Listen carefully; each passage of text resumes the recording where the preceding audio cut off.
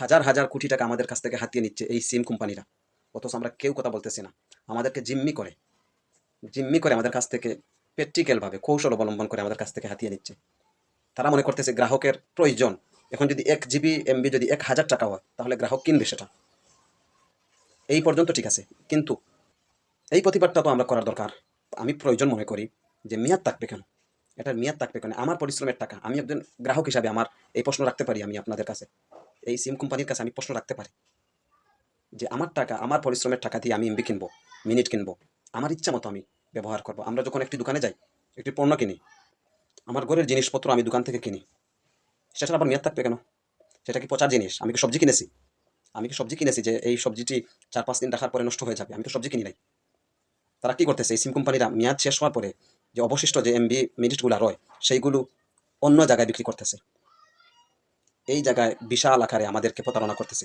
আমরা সবাই প্রতিবাদ করতে হবে। বর্তমানে ওয়াইফাই ম্যাক্সিমাম করে ওয়াইফাই আছে, ওয়াইফাই থাকা সত্ত্বেও এই ডাটার এই মিনিটের এত দাম বেশি বেড়ে গেছে। দামটি কমাতে হবে, আবার এইটাও বলতে হবে যে কোনো মেয়াদ থাকবে না, আনলিমিটেড হতে হবে। সংসদে আমি শুনেছি, বা আপনারাও শুনেছেন, সংসদে সেই কথাটি এসেছে।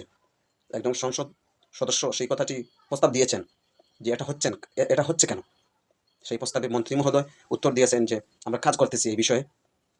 কাজ, আরে ভাই, কাজ করলে তো হবে না, শুধু কাজ করলে হবে না, এটা বাস্তবায়ন দরকার। এই বর্তমান জনগণ আশায় বিশ্বাসী নয়। আপনারা কাজে প্রমাণ করুন যে আপনারা এই দেশকে ভালোবাসেন, এই দেশের মানুষকে ভালোবাসেন। নির্যাতিত নিপীড়িত মানুষদেরকে আপনারা অবহেলা করবেন না। আপনারা আমার দুই একজনের আর্থিক অবস্থা ভালো আছে বিধায় আমরা এমবি কিনেছি, মিনিট কিনেছি। দারিদ্র মানুষ আছে 20 টাকার মিনিট কাট কিনে, 24 ঘন্টা মেয়াদ থাকে। সে যদি কথা বলতে না পারে তাহলে সেটার মেয়াদ ফুরিয়ে যায়। এই ব্যক্তির এই গ্রামের পরিশ্রমের টাকা দিয়ে এমবি কিনে, মিনিট কিনে, সেটা দিন শেষে আপনারা নিয়ে যান।